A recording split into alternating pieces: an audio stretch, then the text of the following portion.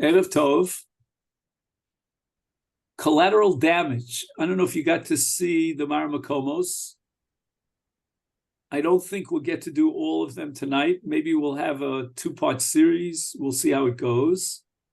And tonight we'll focus on 4 of the commentaries in Parshas Vayishlach. We're going to try to see if we could extrapolate from those 4 commentaries some sort of conclusion about our situation today.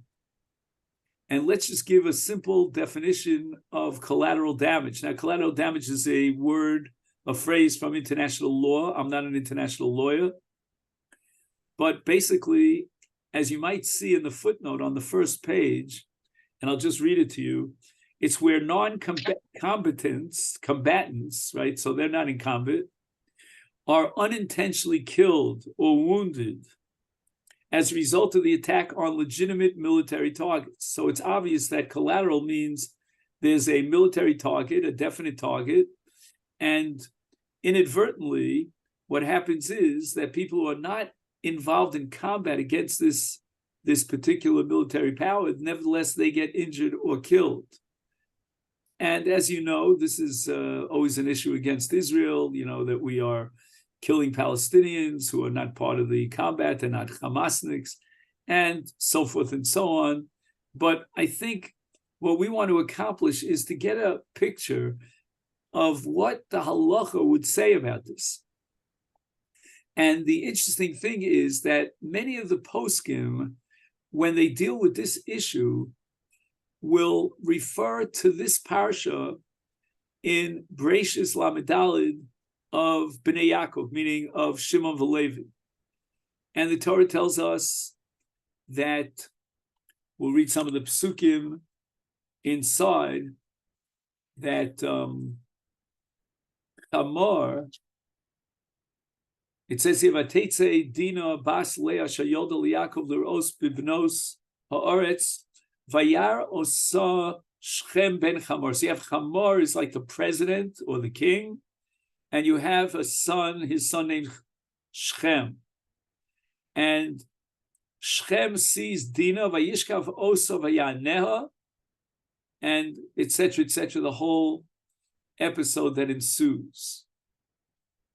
Now, as you know, the Torah doesn't hide any words over here, any stories here, and is very open about the fact that Shimon v'Levi tricked the people of Shechem into the Bris Milah, and then as a result, they wiped out the entire city of Shechem, at least all the male members of Shechem. And the first issue that we want to deal with is whether or not Shimon and Levi were justified in what they did. Is there any halachic justification? Because at the face of it, we would say that Shechem is guilty of the crime. Perhaps we can throw Chamor in because he will also be, in a sense, a partner in crime, as we'll see. But the rest of the city of Shechem would seem to be what we call non-combatants, combatants, right? So that what we want to know is, on the one hand, what motivated Shimon and Levi to do such a thing? They are called tzaddikim. And on the other hand, why did they incur such a very harsh criticism from Father Jacob? And that criticism appears in 2 different parshios. It's actually split, because if you look here in Parshas Vayishlach, you will find Vayomer Yaakov el Shimon vel Levi achartem osi lavisheni biyoshev haaretz v'aknani v'aprizi v'ani mesei mispar v'nesfu alai v'ikuni v'shmadeti ani u'beisi. So that's the very harsh criticism at the time of the episode, or shortly thereafter. And then, when we get to Parshas Vayechi, and Yaakov is bestowing the blessings on his various sons, when it comes to Shimon and Levi, he curses them with a very harsh klola, and achalka b'Yisrael, and he's mefazer them throughout Israel. So again, getting back to that first question, which is addressed by the Rambam in a sort of indirect way. You didn't expect that from left field in Perek Tes Mihilchas Malachim, when the Rambam is addressing the issue of Sheva Mitzvahs B'nei Noach and the punishment if a Ben Noach is guilty of violating one of the Sheva Mitzvahs and is condemned in a court. And in the middle of that presentation, the Rambam sort of by and by addresses the issue of Shimon v'Levi. So let's read the Rambam inside. Keitzad mitzuvin hein al adinim. We have in Sheva Mitzvahs B'nei Noach two blocks, so to speak, or two categories. We have 6 mitzvahs which are negative mitzvahs, which are losa says, and then we have one essay, and that's dinim. And the Rambam sees a direct relationship between dinim and the other 6. And therefore, Keitzad mitzuvim hein al dinim, chayovim lahoshiv dayanim v'shoftim b'chol pelach u'pelach. Again, every word in the Rambam comes under criticism here, but that's not for us. Ladun, they will condemn the accused b'sheish mitzvahs elu. So it means that if one of the Bnei Noach will violate one of the 6 lotases, then the mitzvah dinim will be activated to condemn a Ben Noach after proving that he's guilty of violating one of the 6 mitzvahs. And they play a role, sort of like a leadership role, to warn the people. Because a Ben Noach she'avar al achas mi sheva mitzvahs. Now let's underline the word sheva mitzvahs elu, yeharig b'sayif. Now when I emphasize the word sheva, I'm including in that number dinim itself. So not only, says the Rambam, are they condemned to death if they violate one of the 6 lotases, but even if they violate the mitzvahs aseh of dinim, then that itself will incur a capital punishment of sayif. And in that sense, the Rambam is a warrior, again, fighting a battle against other Rishonim who say that, including the Ramban, who say that there's a mitzvah of dinim, but the violation of dinim is not something that would incur a chiyuv misa, a chiyuv sayif, because the chiyuv sayif can only be generated by a violation of a lav, and in this case, a lotas of one of the 6. But the Rambam is of the opinion that even the 7th, which is a mitzvah aseh of dinim, comes under the same category as the other 6, and a violation of dinim, or shall we call it a non-fulfillment of dinim, will incur a capital punishment. Here's where the Rambam comes in from left field. Nischayvu kol balei Shechem hariga. Every last member of the city of Shechem was chayav misa. Why? What were they guilty of? Sharei Shechem gazal. Okay, this is another chiddush of the Rambam. The Rambam holds that although in a case of a married woman, a relationship with a married woman, we call it adultery, would be one of the 6 mitzvahs b'nei Noach. But in a case of an unmarried woman, although it doesn't come under arayos, but nevertheless it comes under gezel, a big chiddush of the Rambam. And many Rishonim question this. What are you talking about gezel? I mean, this is not gezel. He didn't kidnap her. He had a relationship with her, but not. But that's the Rambam Shita. The Rambam is of the opinion that when Shechem takes Dinah, he abducts her for the purpose of having a relationship. That is gezel. And what judgment did he get for that? By the other Bnei Noach in the city of Shechem? Nothing. Shechem Gazal, Heim Ra'u V'Yadu. Ra'u means some were even apparently spectators, I don't know. And others didn't see the actual act. So you had one witness who saw it, but you had the entire city that knew about it. It became public knowledge because, as you know, Tamar would approach Yaakov and try to establish some sort of bris, a covenantal relationship, and this was public knowledge. And the brothers would say, well, in response to this, let's see if we can set up a bris milah, and you'll be part of us, we'll be part of you, we'll be one nation, and we'll intermarry, and so forth and so on. So the whole city was aware of what went on here, according to the Rambam at least, with Shechem and Dinah. V'lo danu. And they failed to judge him, to condemn him. They didn't bring him to justice. And therefore, they were chayiv misa. The Ramban immediately attacks the Rambam. This is the Ramban in his commentary on Chumash.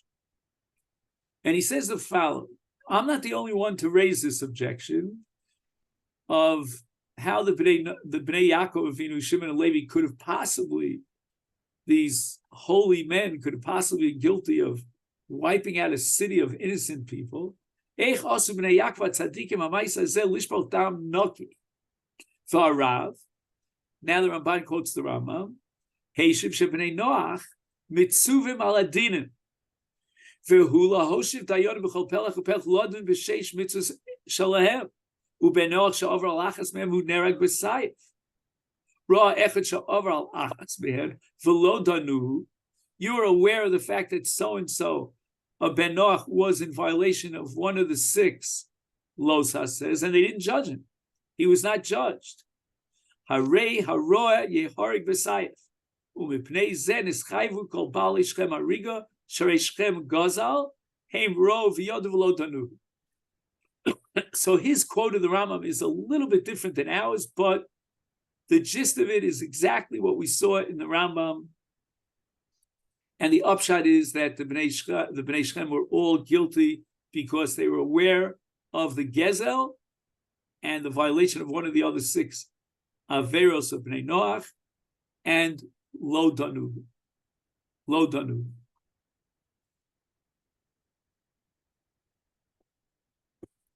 Now, just to give you a preview of what we're going to see in the Ramban, the Rambam doesn't address the question of whether or not the Jewish nation is responsible to condemn and to punish the nations of the world.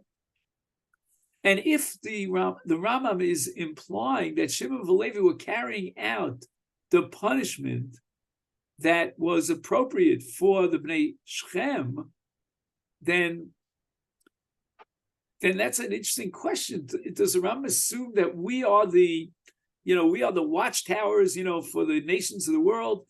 The Jewish people have some sort of responsibility. We're not part of the nation of the Canaanim. Let them work it out themselves. Are we going to go around killing all the Rishonim in the world? Is that our obligation? We're going to condemn them because of dinim, because they didn't set up a justice system and bring evidence and try and condemn those sinners? That's a question that gnaws at our mind. And I say this as an introduction to the Ramban. The Ramban is going to attack the Rambam first and foremost on a different level. He says the following: Let's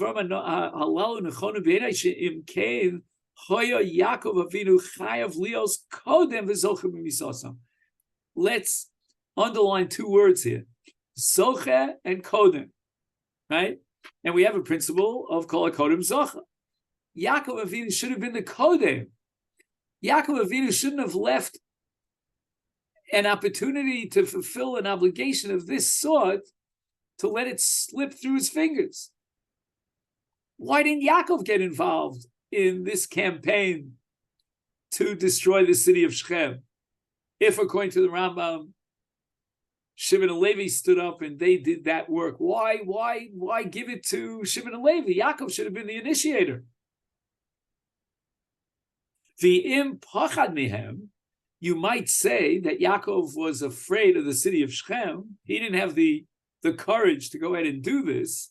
And again, the support to that would be what Yaakov himself says in a few psukim down the line, Lama acharto mosi lavisheni, and they'll rise up against me. So maybe Yaakov was afraid of the repercussions of doing this.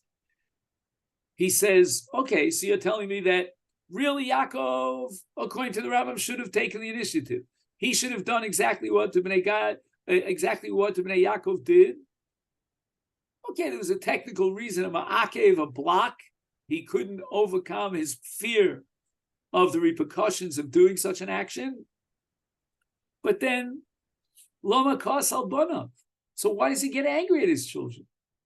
The Rambam could somehow wiggle his way out of the question why Yaakov wasn't Kodev V'Zocha, because of his pachad. But what's the Rambam going to say about the fact that Yaakov gets angry, comes down very hard on on Shimon and Levi? Orar Apam, he curses their anger. Acher Kamas Manin. Okay, so he's now jumping up ahead to Parshas Vayechi. So in other words, if you only had the response of Yaakov Avinu in Parshas Vayishlach, you could still defend the Rambam and say that Yaakov Avinu was not criticizing their actions. Yaakov Avinu himself would have supported that campaign, and he would have put to death the Bnei Shechem. But it's lamachartamosi. It's a problem of pikuach nefesh. Even if you have an obligation, but the obligation doesn't require you to put your life into danger, then what are you going to do with Yaakov's response to this whole episode in Parshas Vayechi, where Yaakov comes down so hard, Orur apam kiyaz, etc., etc. V'anasosam v'chilka v'fitzam b'Yisrael. He separates them and spreads them out. Halohem zachu, they weren't afraid of the repercussions if they would wipe out the Shechem. They weren't afraid of the Canaanim. So they had a greater level of achievement than Yaakov did. Yaakov was in fear. They were not in fear. And they, like warriors with courage, and without any second thoughts, they went in there to do what had to be done. Halohem zachu v'yasu mitzvah. They weren't worried about the repercussions. They relied on Hashem. We're doing the mitzvah. Hashem will protect us, which he actually did. And yet, Yaakov Avinu comes down very hard on them. Yaakov Avinu should have given them a tzalash.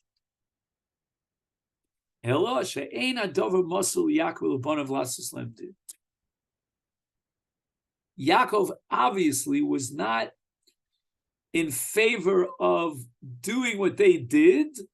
There's no obligation on their part to go forward and wipe out the city of Shechem.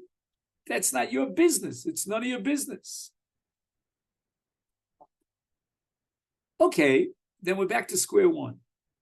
Are we saying now that the Ramban basically accepts the fundamental premise of the Rambam, and Yaakov was willing to justify the actions of Shimon v'Levi, and what stopped him from taking the lead on this and taking the initiative was pachad? And for some reason, which we don't know why, it's the responsibility of Yaakov, Beis Yaakov, of Shimon and Levi to mete out punishment to the Bnei Noach for violating dinim. So where does that responsibility emanate from? And even if I grant you there is such a responsibility, why then does Yaakov get angry at them and curse them? So on the one hand, the Ramban is going to have to agree that at some level, in some stage, the Bnei Shechem were chayiv misa, because otherwise Shimon and Levi are just a bunch of rotzchen. And the Ramban is going to agree with the Rambam that they were justified to some extent in putting these people to death. But on the other hand, they deserve to be punished, and Yaakov is going to take them to task. And the Ramban now is facing a very delicate operation here when he has to juggle between two polar extremes. On the one hand, to justify what the Ramban is going to call hutar damam, in other words, to take the lives of the Bnei Shechem, and at the same time, to justify Yaakov Avinu's great and heavy musar with a klal attached to it, anger at Shimon and Levi. So the Ramban has a very formidable task in front of him. And he writes the following. Aval inyan Shechem ki bnei Yaakov bavur shahayu anshe Shechem rishayim. Now this is the previous Ramban, which we didn't do tonight, in which the Ramban says that the Knaanim were guilty of the most hideous crimes. They violated Avodah Zarah. and they violated Ritzicha, and they were guilty of Arayas, left, right, and center, of Mishkav Zachar, homosexuality, everything, you name it. And the Knanim, and especially the people in Shechem, were guilty of all these Averas. So forget about the fact that they took Dinah, irrelevant or regardless of that, independent that they were Rishayim. And therefore, Damam Chashiv Lem Kemayim. They could be killed because they're Rishayim. Not because of the violation of Dinah, but because of the violation of all the mitzvahs b'nei Noach. Okay, so what does that mean? We're moving closer to the Rambam, except the Rambam says that they were guilty of sort of being, complacent about the Gezel of Shechem, the Ma'aseh Dinah, and that itself is a violation of Dinah, and therefore they deserve to die. The Ramban, for his part, says they deserve to die because they're shown for all the 6 Averos of Bnei Noach. But keep in mind that the Ramban is not going to tell us that because they were Rishoyim and Domam is Kemayim, therefore Shimon and Levi were justified in going in and killing them. Because again, the Ramban still has this very annoying problem. What business is it to you? Why are you, as Bnei Yaakov, responsible to go ahead and do judgment and implement the death penalty for every guy that violates the Zion Mitzvah Bnei Noach? And here's where the Ramban introduces a concept called Nekama. So again, let's understand. You've got on one side of the equation the Rishayim who deserve to be killed. On the other side of the equation, you have the Bnei Yaakov, and it's none of their business to mete out punishment to the Rishayim of the Umos HaOlam. What is going to be the bridge that's going to tick off the response of Shimon and Levi to get involved in putting to death the Rishayim, the sinners who deserve to die? Why does it become their inyan? And those are the next 2 words, Li'noke mehen. So Ramban is introducing a concept called Nekama. And what is Nekama? He says, Becherev no kemes. The Ramban is always paraphrasing phrases from the Tanakh. And basically, what the Ramban is saying now is that even though it's none of your business to punish the sinners of the Knanim, but nevertheless, they were anxious to avenge the abuse of Dinah. How could you abuse our sister Dinah? She's pure, she's holy. And therefore, they decided to take Nekama against anyone who had not only actively violated Dinah, but also to anyone who, shall we say, were followers and supporters of those who violated Dinah. So I'm going to use those 2 words right now, followers and supporters, because I think that's going to be very relevant to our current situation in collateral damage. Says the Ramban, V'hargu HaMelech, Melech is a reference to Chamor, V'chol Anshe Iro, the entire city of Shechem, Ki avodav heim v'sarim el mashmat shalom. I think what the Ramban is saying here, although I can't take a shvu on this, is that the entire city of Shechem were backers compliant to the rulership of Shechem, of Chamor and Shechem.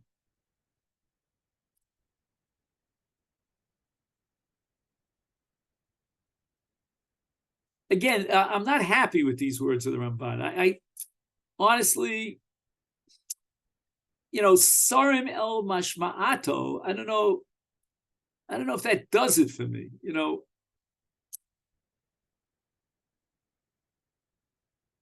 We'll see soon, Rav Shimshon Hirsch. I think he does a much better job here at this point.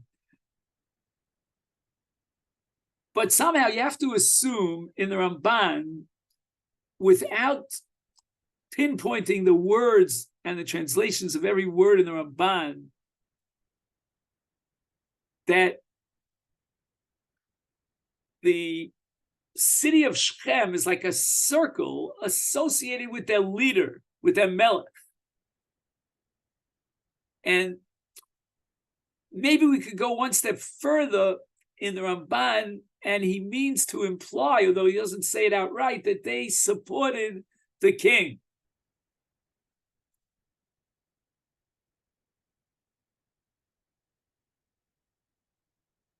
So again, what's going to trigger off the response of Shimon Levi? Nekama.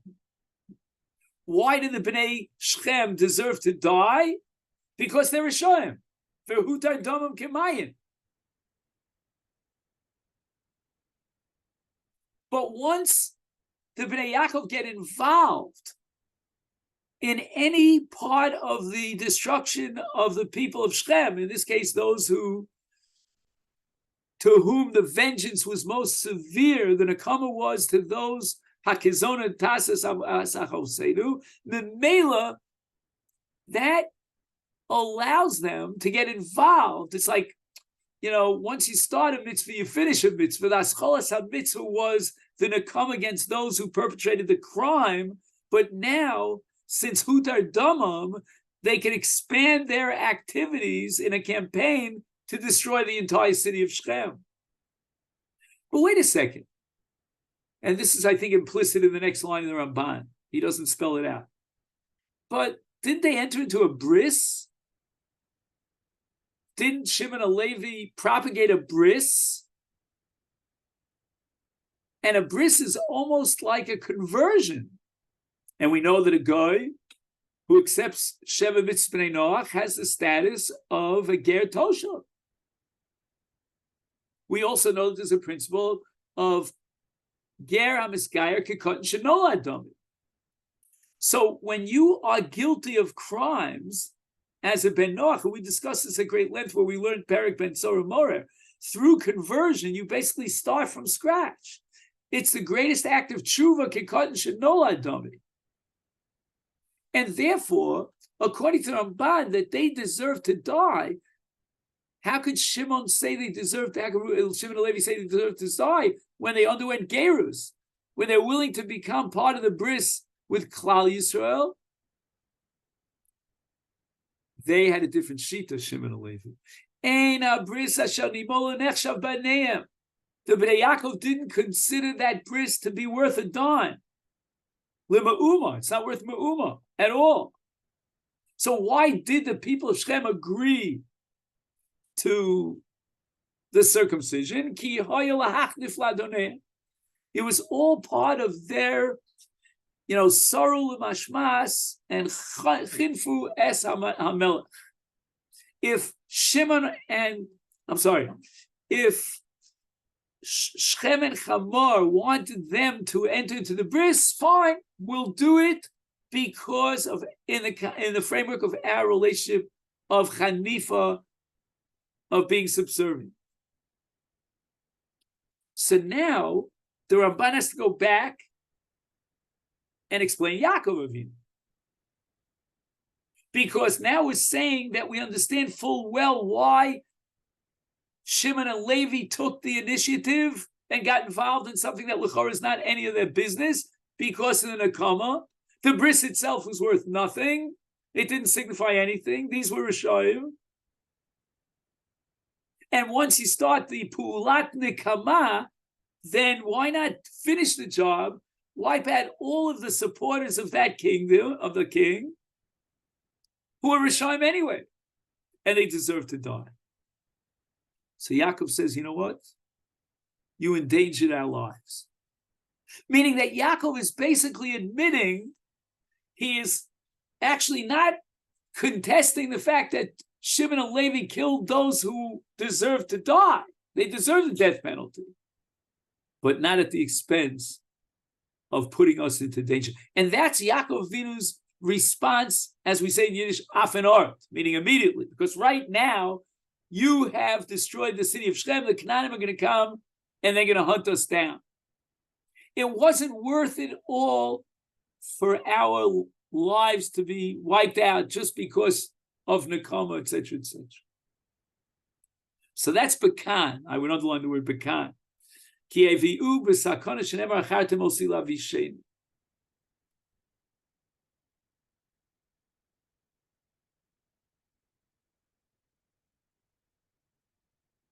Visham. What does the word Visham refer to? Parshas Vayechi. Orur apam. Why? Why are they cursed? I mean, you just said that Yaakov didn't contest against them. The people of Shechem were deserving of death. There was a Pulas Nakama. And now the Ramban sings a different tune entirely. Ki asu chamas li anshe ha'ir. This was a cruelty to the people of Shechem. Sha'amru b'nei Yaakov said, Lahem v'mamado v'yashavnu itchem v'hayinu lam echad. The b'nei Yaakov, when they appeal to the people of Shechem to be circumcised, they say, well, we're going to all be one nation. We're going to intermarry. Vehem, the Ramban is guilty of using too many pronouns here, but Vehem means the Bnei Shechem, Hayu bocharim bahem. They would choose Jewish girls to get married to. There would be intermarriage. Ubatchu b'dibura. And they relied on the story, pardon the expression, the malarkey that Shimon and Levi was selling them.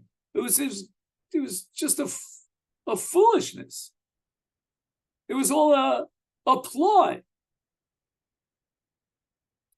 And now the Ramban goes a step further.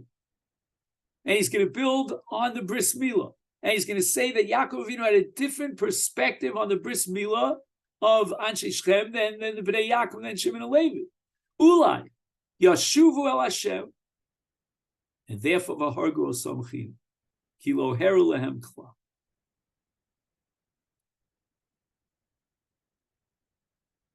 So I was perplexed here by what I saw as an inami in the Ramban. What was the response of Yaakov to the Bnei, to Shimon and Levi? First he says, sakana. So I understood from that the Ramban is saying that if not for sakana, Yaakov Avinu embraced the same position as Shimon and Levi, and what they did was justified. And Yaakov is not contesting that. They were Rishayim, they deserved to die. There was Nakama, take the Pulas Nakama, and wipe out all those who are part of the Mishmat of Chamar and Shechem. But then the Ramban says, no. It's almost as if Yaakov Avinu had time to think this out. And by the time he was at the end of his life, he was ready to bestow the blessings on the Bnei Yaakov, on the Shvatim. All of a sudden it dawned to him that maybe it wasn't such a good idea, even if there wasn't a sakana, and that for two reasons. Number one, because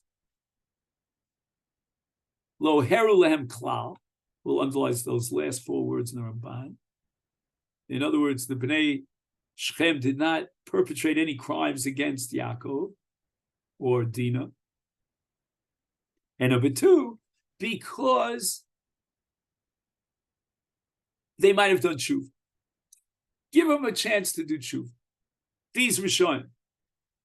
And number three, okay, I called it two, but now I realize it's three. And number three, because this was not a morally ethical action on the part of the Bnei Yaakov to trick and fool the Bnei Shechem into this whole ploy in order to wipe them all out. V'heim batchu bam. Batchu b'dibur. So again, I'm telling you now, Rabbosai, maybe you have a better understanding of the Ramban. Please share it with me. It seems to me that the Ramban is kind of posef al shnei seifim when he talks about the immediate response of Yaakov following the wiping out of the entire city of Shechem. It sounds like Yaakov was on board. The thought process and the action of Shimon and Levi was justified to some extent, if not for sakana, because these were Rishonim that deserved to die anyway. We were just asking why get involved. It's none of your damn business. And the answer is Nakama, because we will take Nakama and now we'll meet it out against the entire city. But then the Ramban has a whole about face when he gets to Parshas Vayechi.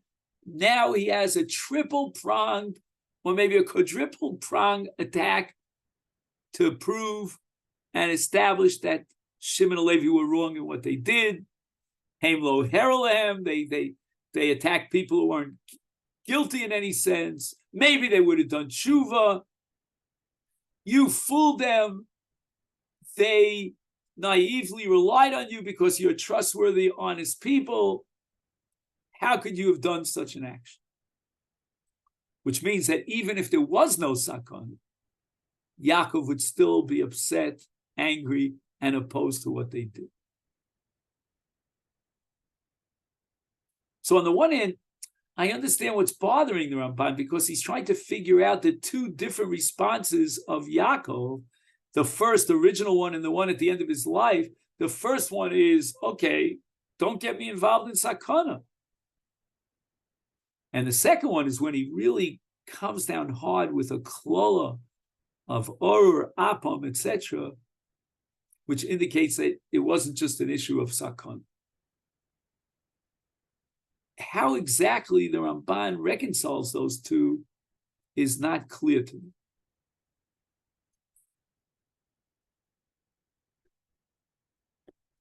The Maral Prague on this parsha is going to introduce a new concept into the fray that was neither mentioned by the Rambam nor by the Ramban. And what is that? Says the Maral in his famous commentary on Rashi on the Chumash, "She'eino doma shnei umos, kigon bnei Yisrael v'knanim shem shnei umos lefichach huto lehem lilchom kidin uma sheba lilchom al uma cheres." What concept does the Maral Prague introduce here into this whole sugya of Shimon and Levi? Anyone? Milchama. The Rambam wasn't talking about Milchama. The Rambam was talking about violating dinim. And since the Bnei Shechem were guilty of violating dinim or non-fulfillment of dinim, therefore they would deserve to die. The Rambam doesn't address the question why Yaakov didn't take this mitzvah upon himself first. He doesn't address the question as to why the Bnei Yaakov shouldn't be minding their own business. But no mention of Milchama. This is a private matter. Shimon and Levi took it as a private initiative. The Ramban also doesn't mention the word Milchama. The Ramban is only interested in Nakama. Nakama is between one person and another, or one family and another. It's not Ummah against an Ummah. And therefore, the Maral Prague is introducing an element into the equation which is going to radically change our entire perspective of what went on over there, and basically to introduce what we call collateral damage in a military campaign.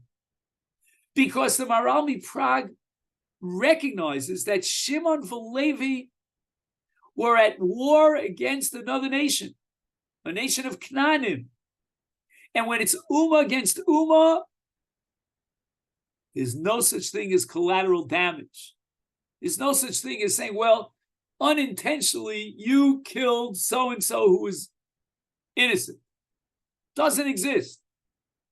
The Maral Prague, within the context of Milchama, rejects the whole Havamina, so to speak, the whole concept of of collateral damage. Let's read it inside. He says, the Torah allowed you to go out and battle against another nation. And now the Maharal Miprag has to ask himself the question, well, shouldn't there have been some compassion? Is there a basis for compassion in a military campaign? I want to, just for one moment, just fast forward to Rav Shlomo Goren, which you'll see on number 12 if you have it. Rav Shlomo Goren writes that af mitzvahs halachima, even in the mitzvah of milchama, etc., mitzuvim anu lachus, we are obligated by Torah law, gam lachus gam ala oyev. We have to have compassion for our enemy. Shalo laharog afilu b'shas milchama. That which you need and it's absolutely necessary for the milchama, that's one thing. That's a mitzvah milchama. But without any compassion on the people, oh no. Says Rav Shlomo Goren, v'lo lifga b'chlusiyah bilti lo chemes. Collateral damage. And when I look at the Maharal, I see that as a havamina, but he rejects it. He says, "V'af al gav sha'omer Torah ki tikra v'la'ir li lachem el v'karasa elel l'shalom." Give them an opportunity to go away, to wave the white flag. We offered you a corridor. Go south. The birds fly south in the winter.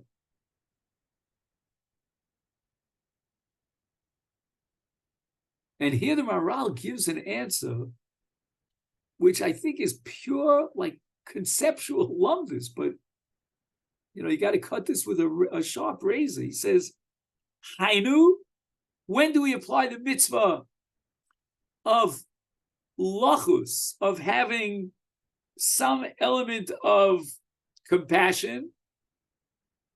B'makom shelo asu liyisrael dov. If no member of that nation has perpetrated any crime, they are completely guiltless. From A to Z, the entire nation is guiltless. If the nation has initiated some sort of evil against us, and we have I'm looking for an English word, a gripe against them. What's the word I'm looking for? Can anybody help me here? We have a vendetta. What's the word? Vendetta. Grievance. A grievance. Excellent. Grievance. Who said it? Moshe? Yechiel? Who said it?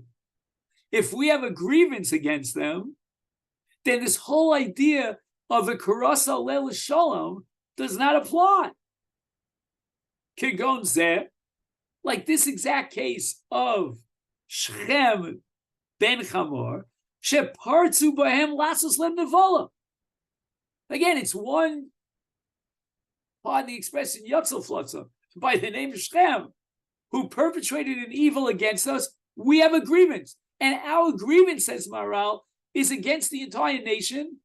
It allows us to go to battle in Milchama, a Milchama without Vikarasa Leil Shalom, because they initiated.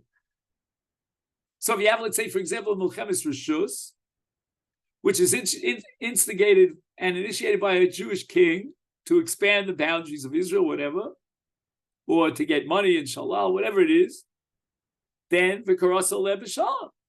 Don't surround them on all four sides. Give them one side. Let them go out that one side. The Afagav, the Maharal is aware of our inhibition. Lo asavak echad mehem. So the Maharal says that all the faces of a nation are like one and the same. They're all identical. It's like, for example, the Chinese don't understand that, us Caucasians look differently one from the other. We don't understand how the Asians look different from other. They all look the same. And he's saying that if one individual member of Ummah X will perpetrate a crime against Ummah Y, then Ummah Y is in a situation where X initiated the and now created a grievance. It was one person who initiated and perpetrated this crime. I mean, this is a whole nother concept here. This reminds me of the whole parsha of Achan. You remember he took from the Shalal, and at the Battle of Ai, we lost, I don't remember, 36 soldiers. It's Kevan Shepartzah and Tchila. Emphasize the word Tchila. The Pirza here was theirs Tchila. They took the initiative. Then Mutarim Likach Nikmasam. You see here, the Maral changes his lexicon and he uses the word Nekama instead of the word Milchama. But I think he means that this is a Milchama of Nekama. But it's a Milchama nevertheless. And what generates the mitzvah of Milchama? It's the fact that we are going one against the other. Why don't we have to offer them a piecemeal, a peace possibility? Because they initiated some evil and perpetrated. Who did it? One person. But he represents the entire Ummah.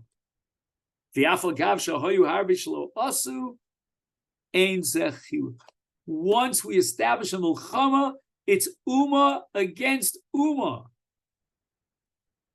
Now, I would have to assume, unless you want to debate me on this, that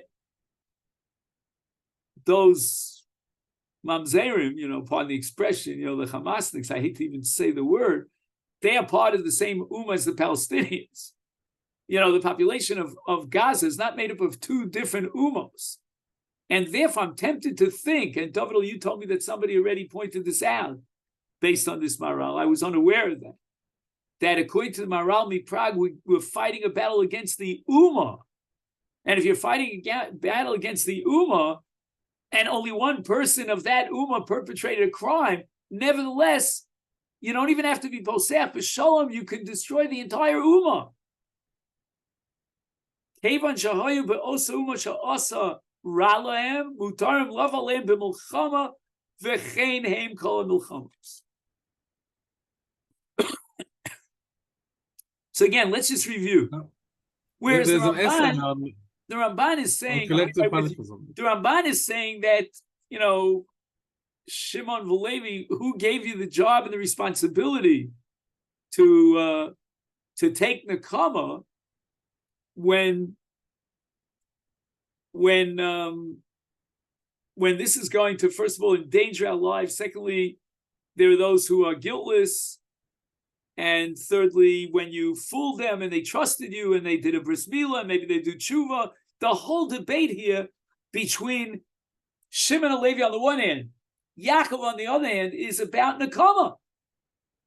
Is there a justification to initiate implementing the law and condemning and executing the sinners, the violators of Sheva Mitzvah Noach, based on Nekama that would allow me to go in and now condemn to death all the Bnei Noach who were in violation? And even if it wasn't a matter of sakana, Yaakov Avinu is saying, hold on a second. You want to take Nekama? Then take Nekama against those who are guilty. But Lohura Lehem Klal, but the Bnei Shechem did not do anything against you to harm you. And here's where the Maral jumps ship, and the Maral says, you know what? You have no right to say, as the Ramban would have it in Yaakov Avinu's perspective, that we don't take Nekama because of the action of one individual when all the others, Lohura Lehem Klal, and it's Bechinam. No. Says the Maral, we're in a war. We're in a Milchama situation. It could be that the Ramban did not understand or accept the premise that you can call a Milchama when there's no nation really. The nation of Israel has not yet really evolved. The Knanim are a nation. But do we have the status of an Ummah at the time of the Bnei Yaakov, and we can declare war? Is there a mitzvah and a din Milchama before the Torah was given? The first Milchama was against Amalek. But there was no din of Milchama before Amalek. I think that's what the Ramban would argue. The Maral is not impressed with that. The Maral is saying there was Avram, there was Yitzchak, there was Yaakov, there are the Shvatim, and the nation of Israel has emerged as a viable ummah with a mitzvah milchama. The Ramban is talking about Nekama. The Maral is talking about milchama. Yeah, I'm sorry. David, you wanted to say something? I forgot where it was. I saw it a long time ago. There was an essay in what's it called? What's that? What the Summit? What's the Tchumin. Tchumin. It's Tchumin by Itziel Ariel or something. One of the Dayanim, I think, is Dayan in Karen Arba or something on collective punishment, and he quotes the Maral there, I think. Because we have Tchumin here on the bottom of page 3 in Rav Lior's presentation. Oh, yeah, also Rav Ariel. That's number 16. Yes. Have that? Right. So that's Tchumin. So in that whole essay, I think he quotes the Maral. I seem to, I don't know, this I read about 8-9 years ago, so I don't remember exactly. I gave a talk on. All right. Well, we'll see in Mitzvah, the bottom line of their articles in Tchumin. I don't know if we'll get to that tonight. Because what I really wanted to spend, although I see it's getting late, a lot of time on is Rav Shimshon Hirsch. Right. But that's collective punishment and collateral damage are a bit different. Because collective punishment is the chachila. That's what the Maral is saying. So there's no issue of collateral damage because if we're fighting against the entire ummah, then collectively, it's not collateral. It's right. We have to destroy that ummah in the context of milchama, and we don't even go out and ask for peace. He's saying. So the whole idea of ki tikra v'ir lilachem alev v'karasa shalom, that's because they didn't initiate a battle. But if they initiated a battle against us, and again, it's only a grievance against one person. The Maral is very revolutionary on many different counts. Number one is premise that this is a milchama before the first milchama in Jewish history, and the Bnei Yaakov have the status of an ummah that can declare war. Number two, the fact that once you're battling against an ummah, then does the mitzvah of being posach b'shalom apply or not? Says the Maral, it depends who initiated. And if one, and here's the biggest chiddush of the Maral, if one individual member of that ummah initiated a nevola, a pirza against Klal Yisrael, that is room for us to destroy the ummah in a milchama without being posach b'shalom. That's the most radical, I think, chiddush of the Maral. And I think isn't it Das Yochid? Is it Das Yochid? No? I think we're going to see. Again, we're going to see in the poskim, in the contemporary authors, that there are like reverberations or echoes of the Maral in what they're saying, that it's ummah against ummah. But I'm very interested in learning with you, Rav Shimshon Hirsch. Now, I want to thank David for sending me the English translation. But I have to tell you honestly, okay, my father never let me use the word stinks. I don't know, he was allergic to that word. He felt it was like a dirty word, stinks. I don't know, today, there are a lot worse words to use than stinks. But the translation in English that we have in front of us, I don't know if anyone has taken upon themselves to do a more accurate translation. I think the one that I have is kind of old. It could be that could be that there's an advanced edition. There's a new one that's much better. Yeah, it'd be a gewaldige mitzvah. No, but the new one, if it hasn't been done yet. So somebody who's an expert in German. I mean, if you look at German inside out, you know, it's not worth. I have a the new one. new one relies on Hebrew. It doesn't rely on German. Yeah, it relies more on the Hebrew translation. In my class who knows German. So I'm going to ask him to perhaps offer his translation. But in the absence of the original German, I would propose that we learn the Hebrew translation of the German, which you have in these pages. And I compared that to the English one, every single line. You know what? Again, don't quote me on this, but I would go as far as to say that this English translation is like a summary. It's like Roshei Prakim of what Hirsch. He omits sentence after sentence, like a whole bunch of sentences that he skips entirely. from the Hebrew chance. He's a grandson of Rav Hirsch. Who? He was a grandson of Rav Hirsch. The English translator, Levi. Rav Hirsch's daughter married a Levi and they lived in England. I shouldn't have said what I said. I'm so sorry. He's a grandson of Rav Hirsch. I'm just saying. He did not do a good job. He may have known German, but he didn't know English. You know what I'm saying? I think Rav Roy did other things.